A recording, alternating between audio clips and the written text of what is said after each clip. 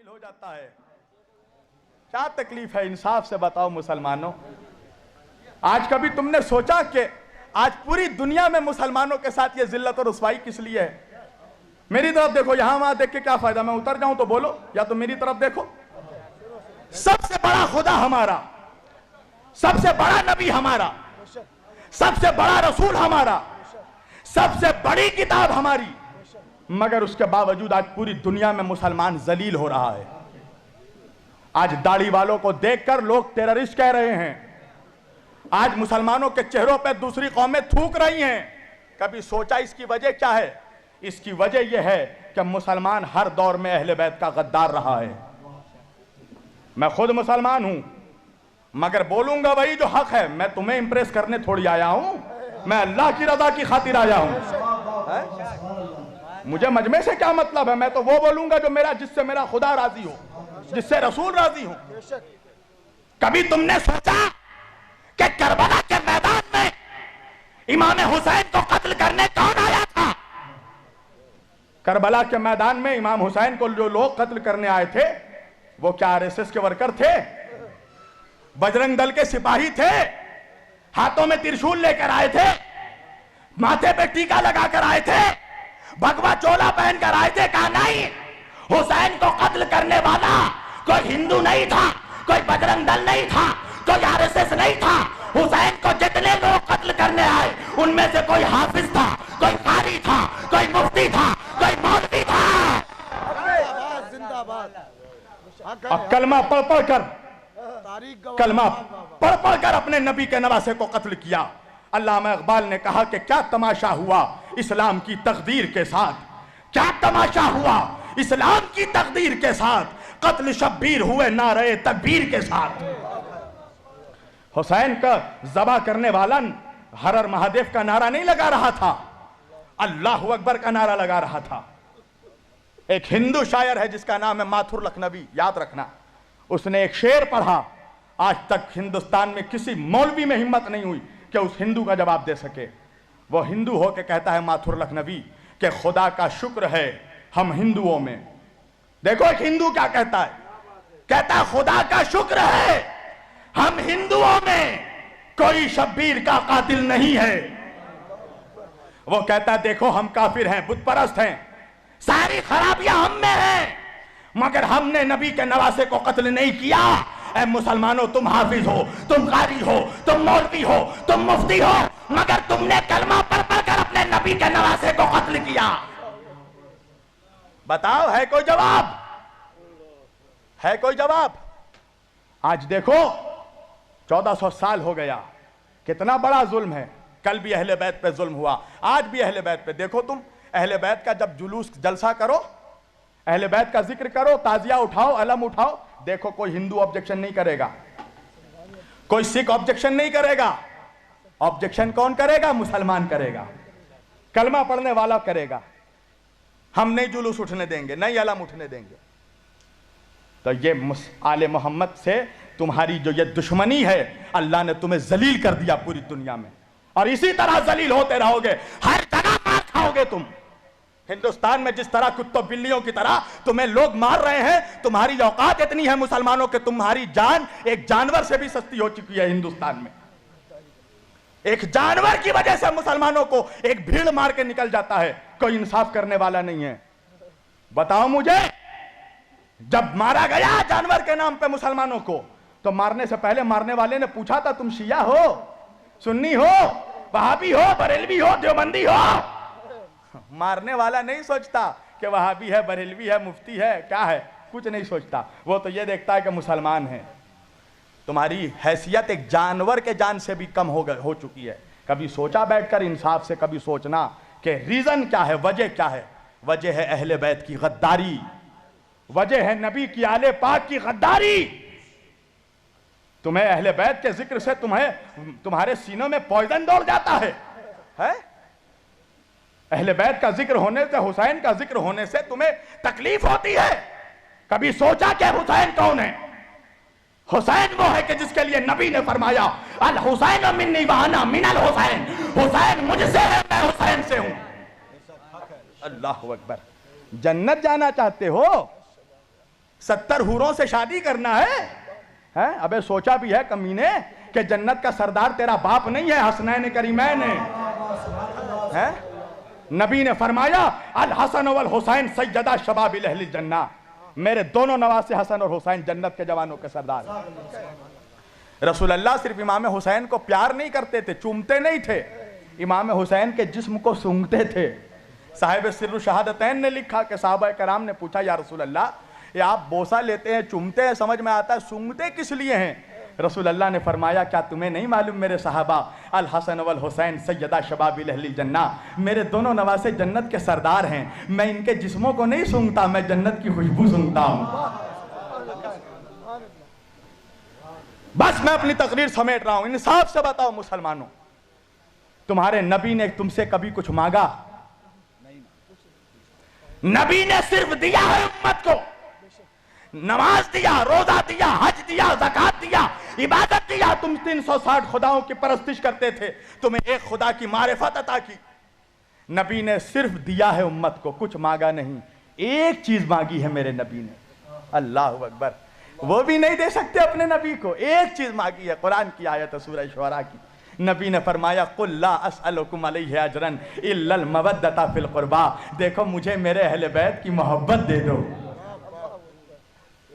میری آل کی محبت دے دو۔ اگر تم مجھے کچھ اجر دینا چاہتے ہو، اجرت دینا چاہتے ہو، تو میرے گھر والوں سے محبت کرو۔ یہی محبت کا صلہ ہے کہ نبی کو ابھی 50 سال نہیں ہوئے گزرے ہوئے، 11 ہجری میں نبی پردہ فرمائے ہیں اور 61 ہجری میں کربلا ہوئی ہے۔ کبھی تم نے سوچا کہ 50 سالوں میں مسلمان اتنا غدار ہو گیا؟ کبھی سوچا کہ حسین کا قتل کرنے والا کون تھا؟ کبھی سوچا؟ یزید کے لشکر کا کمانڈر عمر ابن سعد کون تھا؟ یہ رسول اللہ کے جید صحابی کا بیٹا، حضرت سعد ابن ابی وقاص رضی اللہ تعالیٰ عنہ کا بیٹا۔ کون؟ عشرہ مبشرہ میں جو صحابی ہیں، حضرت سعد ابن ابی وقاص کا بیٹا تھا، عمر ابن سعد ابن ابی وقاص، جو یزید کے لشکر کا کمانڈر تھا۔ حسین کا سر کاٹ کے نیزے پہ اٹھانے والا کون تھا؟ کبھی سوچا؟ سنان ابن انس کون تھا؟ حضرت انس ابن مالک رضی اللہ تعالیٰ عنہ کا بیٹا، انس ابن مالک کا بیٹا۔ کبھی سوچا؟ کون لوگ تھے جو حسین کو قتل کرنے آئے؟ کیا ہندو تھے؟ ہندوستان سے گئے تھے؟ کہاں کے تھے وہ لوگ جن کے باپ داداؤں نے نبی کے ہاتھوں میں کلمہ پڑھا، ان کی اولادوں نے نبی کے نواسوں کا قتل کیا؟ کیا یہ نبی کے اولادوں سے انصاف ہے؟ کیا یہی اجرت تھی جو نبی نے مانگی؟ کیا کہا میرے نبی نے کہ بس میرے بعد میرے اہل بیت کا خیال رکھنا، میری آل سے محبت کرنا؟ آج دیکھو عجیب عجیب طرح کی آج سیدوں کے خلاف تقریریں ہو رہی ہیں، سیدوں کے درمیان فرق کیا جا رہا ہے۔ دیکھو وہ عبادت گزار سید، وہ گناہگار سید۔ اللہ اکبر، سمجھو کہ آل رسول کی عظمت کیا۔ بس میں آخری بات اور تقریر سمیٹ رہا ہوں۔ سمرقند کا واقعہ ہے، سمرقند کا۔ سمرقند میں ایک آل رسول بی بی عورت سیدہ تھی، آل رسول تھی۔ وہ سمرقند آئی ہوئی تھی اپنے بچوں کے ساتھ۔ وہ راستہ بھٹک گئی تھی، راستہ بھول گئی تھی۔ رات کا وقت آیا، کہاں جائے؟ پردیس شہر، پردیس نگر۔ اس نے پوچھا لوگوں سے کہ لوگوں یہاں پر یہ بتاؤ کہ مسلمانوں کا علاقہ کون سا ہے؟ لوگوں نے بتایا فلاں علاقہ مسلمانوں کا ہے۔ اس نے کہا کہ مسلمانوں کا سردار کا گھر کون سا ہے؟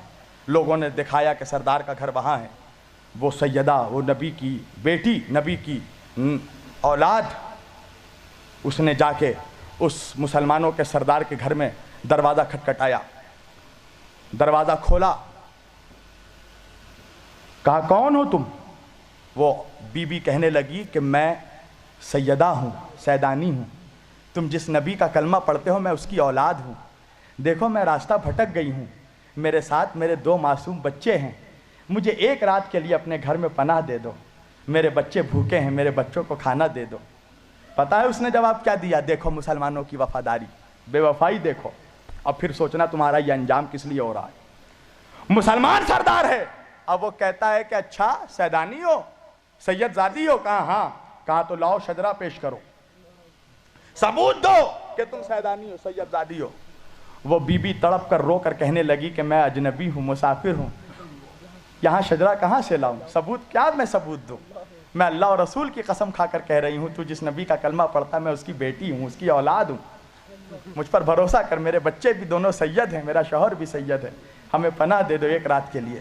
وہ کہتا ہے نہیں، پہلے ثبوت دو۔ آج تو ہر کوئی اپنے آپ کو سید کہتا ہے، سید سیدانی کہتا ہے سب اپنے آپ کو، ثبوت دو۔ اس نے کہا میرے پاس کوئی ثبوت نہیں ہے۔ کہا تو نکل جاؤ۔ دروازہ بند کر دیا اس نے۔ وہ راستے پھرتے پھرتے ایک پارسی کے گھر پہ پہنچی۔ پارسی سمجھتے ہو؟ آتش پرست، آگ کی پوجا کرنے والا۔ پارسی کے گھر پہنچی، دروازہ کھٹکھٹایا۔ اس پارسی نے اپنا دروازہ کھولا۔ کہا کون ہو تم؟ کہا کہ میں مسلمانوں کی رسول کی اولاد ہوں، سید زادی ہوں، میرے 2 بچے میرے ساتھ ہیں، میں راستہ بھٹک گئی ہوں، مسافر ہوں، مجھے ایک رات کے لیے اپنے گھر میں پناہ دے دو، میں اپنے نانا سے تمہارے لیے شفاعت کرواؤں گی، دعا کروں گی تمہارے لیے، میرے بچے بھوکے ہیں، انہیں کھانا کھلا دو۔ وہ پارسی وہ کہنے لگا آ جاؤ بی بی، ہمارے گھر آ جاؤ، آ جائیے ہمارے گھر۔ اس نے پناہ دی، ان کے بچوں کو کھانا دیا۔ رات ہوئی، ادھر پارسی سونے چلا، ادھر وہ مسلمان سونے چلا۔ دونوں جب سوئے تو وہ مسلمان خواب میں دیکھتا ہے کہ وہ جنت کے دروازے پہ کھڑا ہے اور جنت کے اندر رسول اللہ کھڑے ہیں، اور وہی بیوی جو دروازہ کھٹکھٹا رہی تھی، رسول اللہ اس کو لپیٹ کر اپنی بیٹی کو پیار کر رہے ہیں، اس کے بچوں کا سر کھلا رہے ہیں۔ وہ چاہا کہ جنت کے اندر داخل ہو، فرشتوں نے اسے روک دیا۔ کہاں جا رہے ہو؟ کہا رہے مجھے جنت کے اندر جانے دو، میں مسلمان ہوں، مولوی ہوں۔ فرشتوں نے کہا کہ مسلمان ہو؟ کہا ہاں۔ مولوی ہو؟ کہا ہاں۔ کہا ثبوت پیش کرو، ثبوت دو۔ کہا ثبوت نہیں ہے میرے پاس۔ اس کی آنکھ کھل گئی، اب وہ پریشان ہو گیا، پسینے آنے لگے، اب وہ ہر جگہ جا جا کر ڈھونڈ رہا ہے وہ عورت کہاں ہے، وہ بچے کہاں ہیں۔ ایک مرتبہ ڈھونڈتے ڈھونڈتے وہ اسی پارسی کے گھر میں پہنچا کہ جس پارسی نے اس سیدانی کو پناہ دیا تھا۔ ایک مرتبہ دروازہ کھٹکھٹایا، پارسی نے دروازہ کھولا۔ وہ مسلمان کہتا ہے کہ یہ بتاؤ کہ تمہارے گھر میں کوئی عورت آئی تھی؟ کہا ہاں۔ کہا اس نے کہا کہ وہ نبی کی اولاد میں سے؟ کہا ہاں۔ کہا اس کے ساتھ 2 بچے بھی تھے؟ کہا ہاں۔ کہا تم نے اسے پناہ دی ہے؟ کہا ہاں۔ کہا اسے میرے حوالے کر دو۔ وہ پارسی کہنے لگا کسی قیمت پہ حوالے نہیں کروں گا۔